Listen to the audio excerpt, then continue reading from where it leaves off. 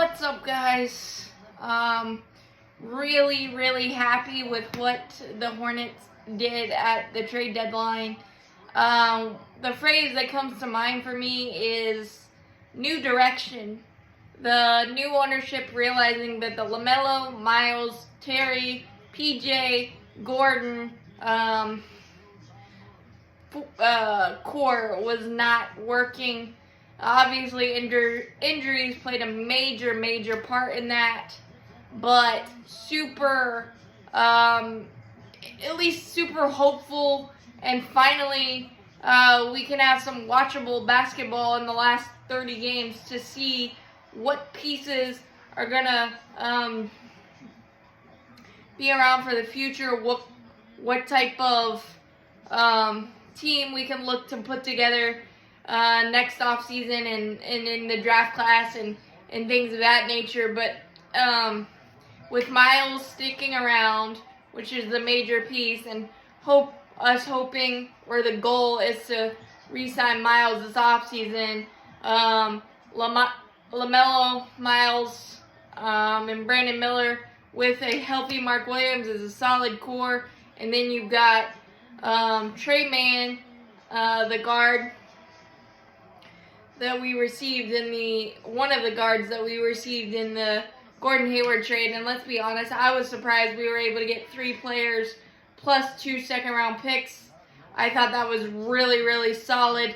And Micic, I think I said that correctly. If I did not, the second guard that we got in the deal is a dynamic playmaker from the highlights that I've seen. I think he played in the Australian League with LaMelo, if I'm not mistaken, or around the time of LaMelo. So that could play very nice factor as well. You got Davis Bertans, who his size gives you shooting. And if I'm not mistaken, every time he played the Hornets, he was a thorn in our side. So that's a nice get as well. Plus the 2 second-round picks. I know second-round picks are traded like peanuts on an airplane in the NBA, but we've gotten some good players in our history with second-round picks as well. And it also just strengthens our draft capital more so than anything. And thank you, Gordon. I know it was a Hornets career that was mired by injuries. 42% of his Hornet games were injuries. And that you just can't do anything about that, snake bitten, whatever you want to call it. But he did have some really solid moments for us, and you can't discount that. He was really good for the locker room, being the veteran that he is, and as many tough things as he's gone through in his career, he did some really solid stuff for us. So thank you. But I'm really intrigued by the 2 guards, especially we got in the Gordon Hayward deal. Plus Davis Bertans is guaranteed some of his contract. I believe $5.2 million is guaranteed for next year as well. So you get size, you get shooting, and $5.2 million isn't that much if you want to go a different direction in free agency as well.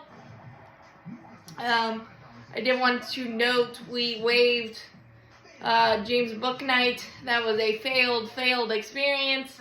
The 2021 draft class was pretty much really ugly, unfortunately. Kai Jones and now James Bouknight not with the team. And then Ish Smith and Frank Ntilikina also waived for the additions.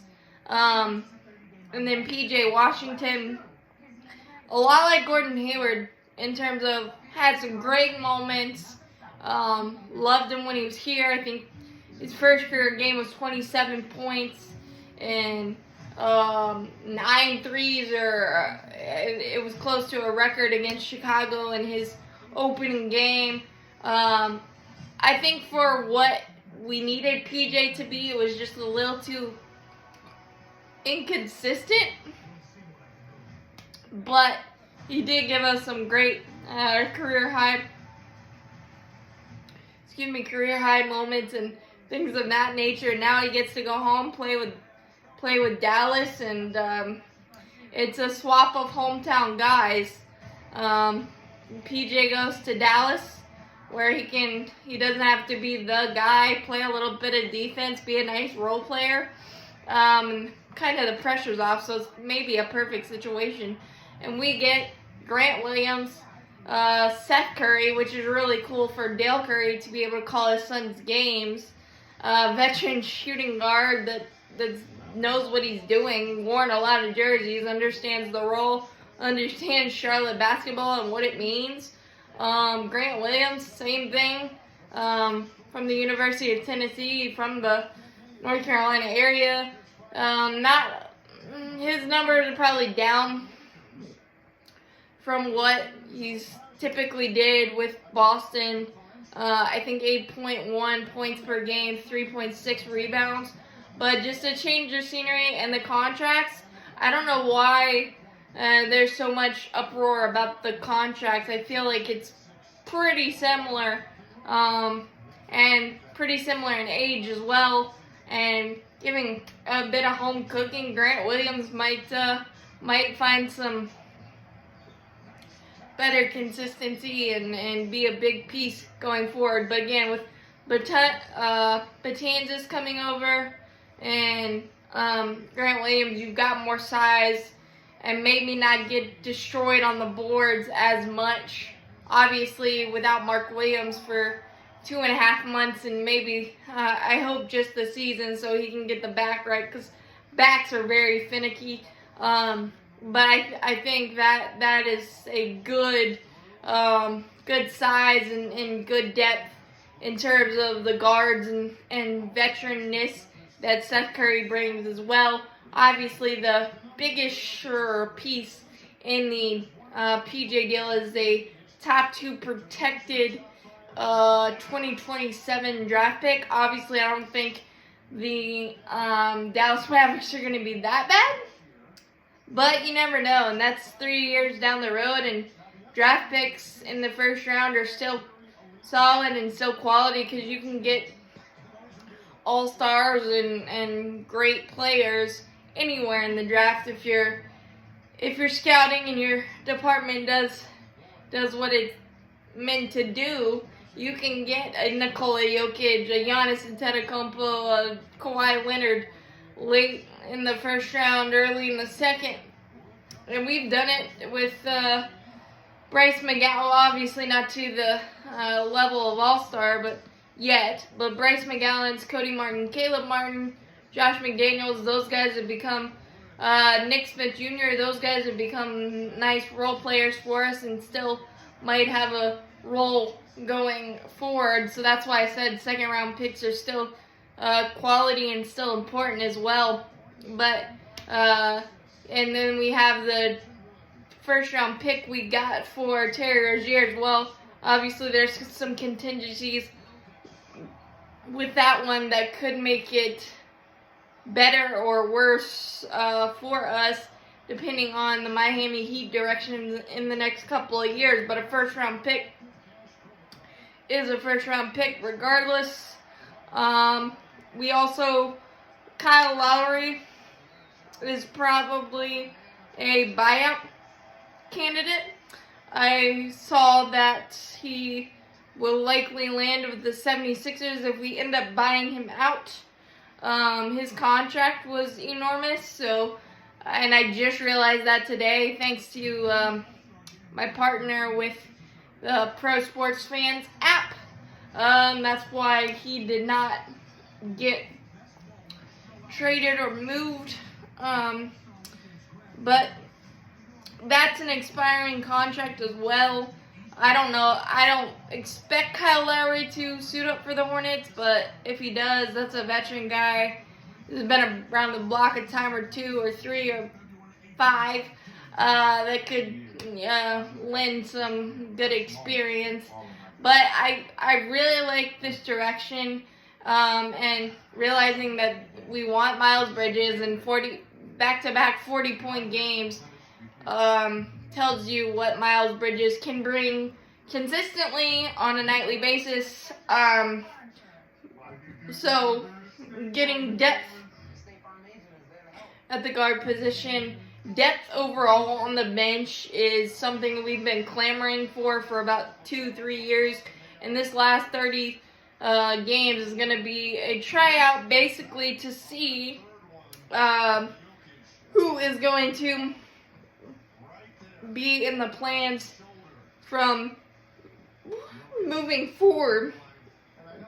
But every guy we acquired can bring something that we really have struggled to have this entire year, and that's bench depth and somewhat of a consistent bench scoring some nights. And with the development of Brandon Miller, Miles Bridges again going bonkers his last 2 games and finding that consistency and really wanting to be in Charlotte, if we can get LaMelo to stay healthy relatively, Mark Williams, Brandon Miller, Miles Bridges, Nick Smith Jr., I believe is going to be a role player, Micic, if I said that right. I think he's a dynamic passer and playmaker that could fit really nicely in. Trey Mann has done some big things and is still on his rookie contract. And so as for Micic, I think as well, and Bertans gives you the shooting and size, and Grant Williams gives you the full package. I know he's struggled this year, but there's a lot to build on there, and we've seen some good things in Grant Williams' career, and Seth Curry, dreaming big dreams with the other one. But that's just a feel-good story, and Seth wearing number 30 in a Hornets uniform again, wholly full circle, wholly feel-good, and he's the veteran, and it's going to make the Hornets' last 30 games watchable, and it definitely wasn't that before. And I didn't expect to be as happy and to see that there's a light at the end of the tunnel for the Hornets. And we all know that it's a long Rome wasn't built in a day, so to speak, and a long road to undo a lot of things that went wrong. Obviously, health is a big mile marker to what the Hornets are going to be able to do, but I just feel it's kind of a breath of fresh air that we've tried to hit the reset button in a different way, and I'm excited to see where it goes. But again, thank you, PJ, thank you, Gordon, thank you, Terry, thank you, Ish, thank you, James, thank you, Frank, Nilakina. I mean, we've had a lot of change and a lot of turnover, but it was definitely time for it. As always, Buzz City, all fly, go Hornets. We've got some hope, and that's all you can ask for in sports.